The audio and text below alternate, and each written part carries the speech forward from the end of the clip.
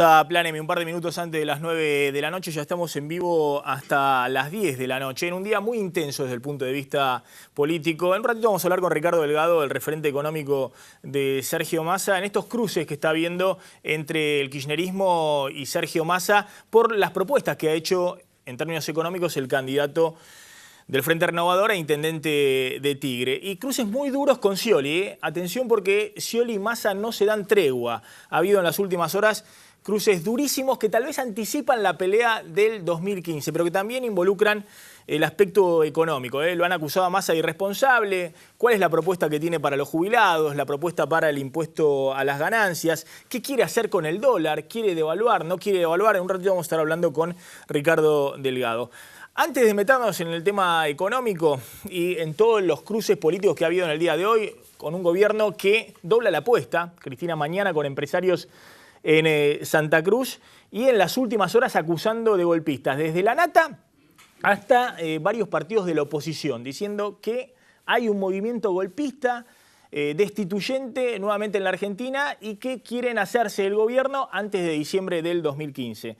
Pero antes de meternos en esos temas, ha ocurrido hoy un hecho que en el gobierno miran con mucha preocupación e incluso están en alerta. La fuga de 13 presos de máxima peligrosidad del penal de máxima seguridad, en teoría, de Ezeiza. En el gobierno ven ahí alguna mano negra, que justo en este momento, en plena campaña electoral, se fuguen estos 13 presos. Lo cierto es que ha renunciado Víctor Ortel, el polémico jefe del Servicio Penitenciario Federal, y bueno, una serie de interrogantes.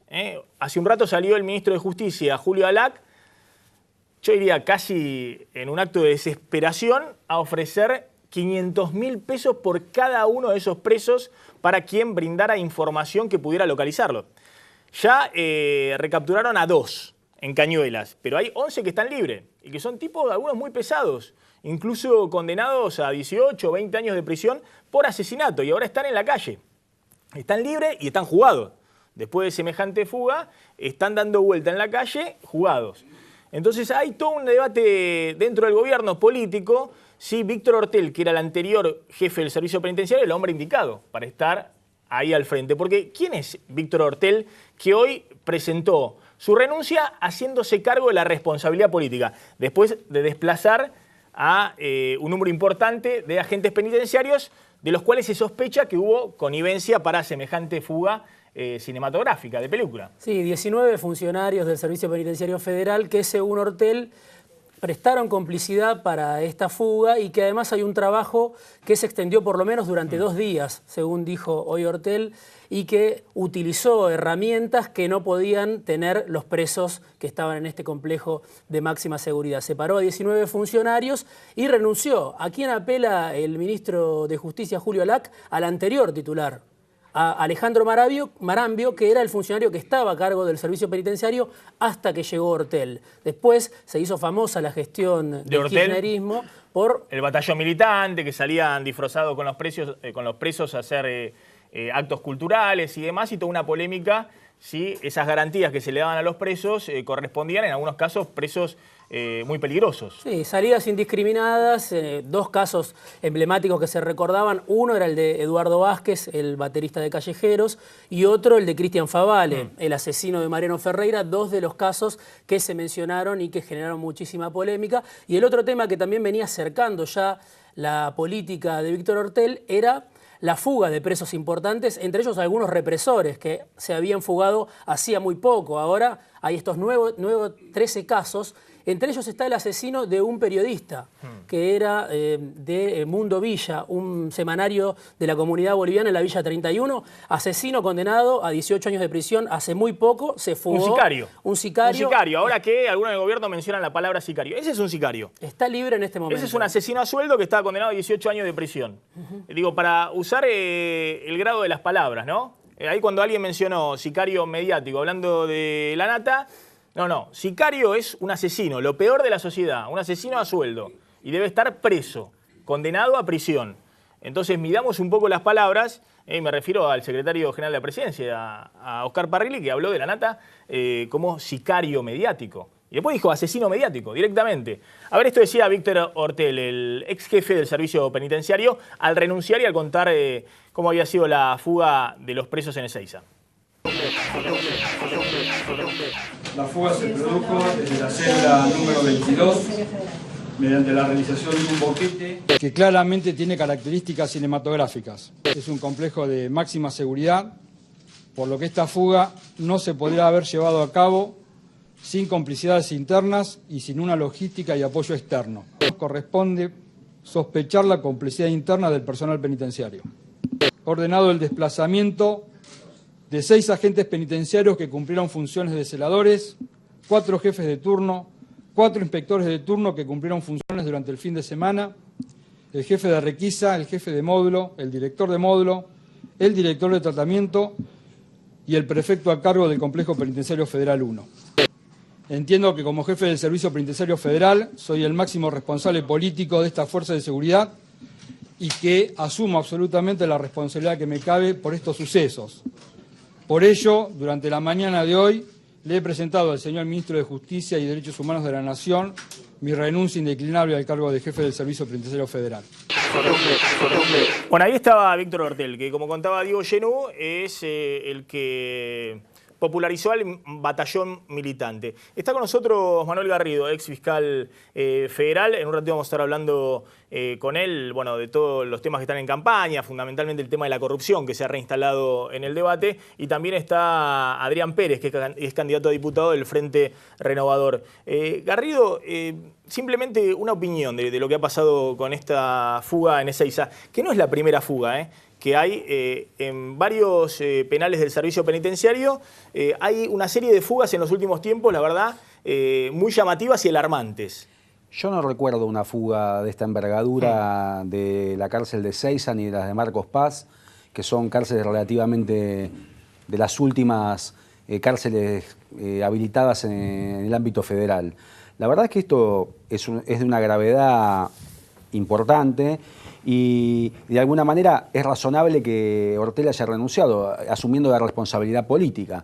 Lo que vuelve a ocurrir, y me parece que no tiene ningún fundamento, es la actitud del ministro de Justicia que, una vez más, frente a claros errores de su gestión, termina ofreciendo recompensas, como sucedió hace casi apenas un mes con la fuga de 2 represores importantes, en donde salió inmediatamente a ofrecer recompensas de 2 millones de pesos. Ahora sale a ofrecer recompensas de 500.000 pesos. Por cada uno. Claro, por cada uno. La verdad es que, digamos, este tipo de respuesta, que es una respuesta efectista o sobre actuaciones del ministro de Justicia, que cada error de gestión que comete ofrece recompensas con dinero que el Estado dispone y tiene para otro tipo de cosas, la verdad que me parece, digamos, una mera respuesta puramente efectista y no me parece que esa deba ser la actitud del ministro de Justicia. Y creo que acá el ministro de Justicia tiene que dar una explicación más profunda que la que acaba de dar y de hecho nosotros estamos pidiendo que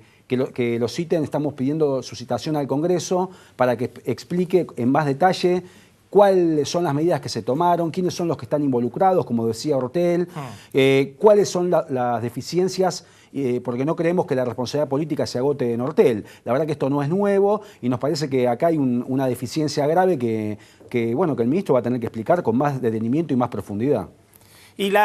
Ahora ahí estábamos viendo a Ortel cuando iba en la comparsa con distintos presos para el tema de las salidas transitorias y demás, lo cual generó en el batallón militante mucha polémica. ¿Esa política penitenciaria que tuvo Ortel fue una política integradora de ver a los presos de otra manera, de tratar de resocializarlo, o era una cuestión de bajada política de un sector del kirchnerismo? Y la verdad que el batallón militante, con argumentos de apuntar a la resocialización, de alguna manera también introdujo factores de parcialidad política en el manejo o en los beneficios de algunos presos, y esto la verdad que siempre fue cuestionado, siempre hemos cuestionado este tipo de cosas sin que haya habido explicaciones razonables o explicaciones satisfactorias.